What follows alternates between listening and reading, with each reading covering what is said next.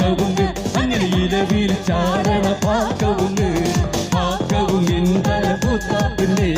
പൂവൊന്നും നമ്മൾ കാണൂല കവുങ്ങ് അങ്ങനെ ഇലവിൽ ചാരണ പാക്കവും